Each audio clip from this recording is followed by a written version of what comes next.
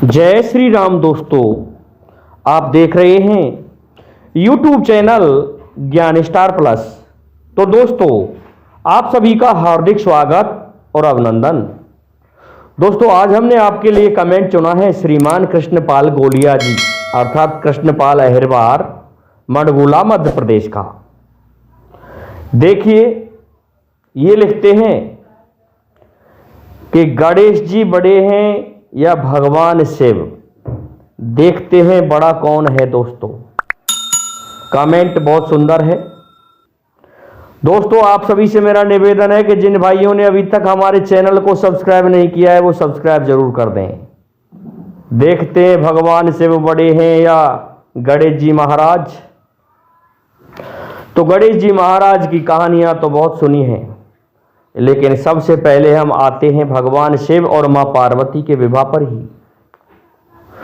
भगवान शिव और मां पार्वती के विवाह में भी गणेश पूजा हुई थी। क्यों दोस्तों? गणेश जी का तो जन्म ही नहीं हुआ था, तो फिर पूजा किसकी हुई थी? इसके लिए हम आपको लेके चलते हैं सृष्टि के प्रारंभ में, जहां माता आदि शक्ति के हथेली में 4 छाले हुए थे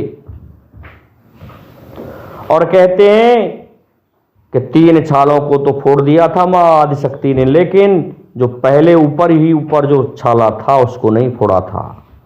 वही भगवान गणेश जी के छाले थे, इस कारण से उसे फोड़ा नहीं था।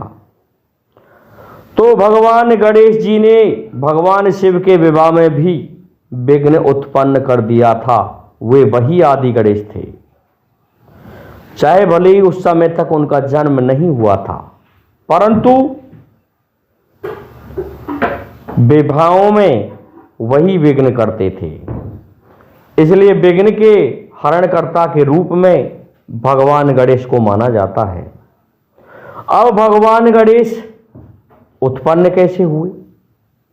भगवान गणेश की उत्पत्ति देखें तो मां पार्वती ने अपने शरीर के मैल को इकट्ठा करके उसमें प्राण डाल दिए थे, तब जाकर के गणेश जी उत्पन्न हुए थे, जिन्होंने भगवान शिव से भी युद्ध किया।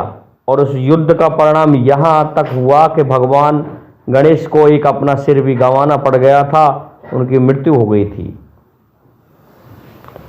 तो उनके सिर पर हाथी का सिर लगाया था,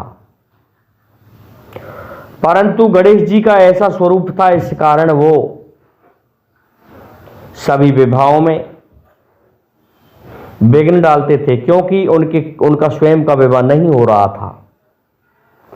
तो ब्रह्मा जी ने अपनी 2 पुत्रियां रिद्धि सिद्धि उनके पास भेजी। जब भी किसी देवता का विवाह होता तो रिद्धि सिद्धि ध्यान भटका देती थी, इस कारण से विवाहों में विघ्न आना बंद हो गया था। तो ब्रह्मा जी ने उनका विवाह का प्रस्ताव भगवान शिव के समक्ष रखा और गणेश जी का विवाह हुआ। अब बात आती है कि गणेश जी बड़े हैं या भगवान शिव। तो देखिए, गणेश जी कैसे बड़े होंगे या भगवान शिव होंगे। दोस्तों, एक राक्षस हुआ था, जिन 3 राक्षसों के कारण भगवान शिव को त्रिपुरारी भी कहा जाता है, जिन्होंने 3 पुर बसाए थे, स्वर्णपुर, लोहपुर और रजतपुर। उनमें जो बड़ा भाई था उनका तीसरा, वह बड़ा ही बलशाली दैत्य था। तो भगवान शिव ने उस तीसरा और उन 3 राक्षसों को मारने के लिए उनके पुरों को अपने एक बाण से, जो कि पिनाक धनुष था, उस पर एक प्रत्यंचा चढ़ा रखी थी, एक तीर की, कि उचित समय आने पर वध कर दिया जाएगा इन 3 राक्षसों का। लेकिन वो समय ही नहीं आया, क्योंकि भगवान शिव ने पुरों को नष्ट करने से पहले प्रातः बेला में भगवान गणेश की पूजा नहीं की थी। उन्होंने ये सोचा था कि गणेश तो मेरा पुत्र है, मैं उसकी पूजा क्या करूं। इस कारण से भगवान गणेश ने एक बाधा उत्पन्न कर दी। उस बाधा के कारण कैलाश पर आक्रमण कर दिया तीनों दैत्यों ने, और उस तीसरा राक्षस के कारण कैलाश में हाय हाय होने लगी। यहां तक है देवताओं की हार होने लगी, देवता हारने लगे। परंतु जब देवता हारने लगे तो मां पार्वती ने देखा कि देवताओं की हार किस कारण से हो रही है। तो मां पार्वती ने इस बात का अनुमान लगाया, क्योंकि मां पार्वती थी वही आदि शक्ति थी, इसलिए वो जो आदि शक्ति थी उन्होंने अपनी शक्तियों से देखा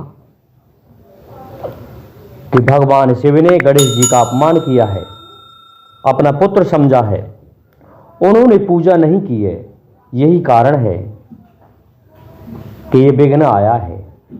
दोस्तों, उस समय भगवान शिव की प्रतिमा एक मंदिर में स्थापित होनी थी गणेश जी के साथ में, लेकिन वो नहीं हो पाई और उस तीसरा राक्षस ने आक्रमण कर दिया। अब होता क्या है, जब इस बात का पता चला तो भगवान शिव को कहा गया मां पार्वती के द्वारा, जहां पर भगवान विष्णु, मां लक्ष्मी, ब्रह्मा और सरस्वती सभी उपस्थित थे, इंद्र आदि देवता सभी थे। कहा कि ये क्या हुआ इस सृष्टि में। भगवान शिव ने तो कहा था कि मैंने प्रत्यंचा जो चढ़ा रखी है, इस बाण से इन दैत्यों का विनाश कर दूंगा, लेकिन दैत्यों का वह पुर तो सामने आया ही नहीं है, जो गोला बना हुआ है वो तो सामने ही नहीं आया है।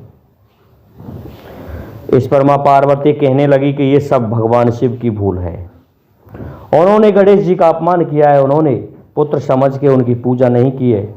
अब यदि प्रातः काल की बेला में भगवान शिव गणेश जी की आराधना पूजा करते हैं तो निश्चित ही राक्षसों पर विजय प्राप्त हो जाएगी।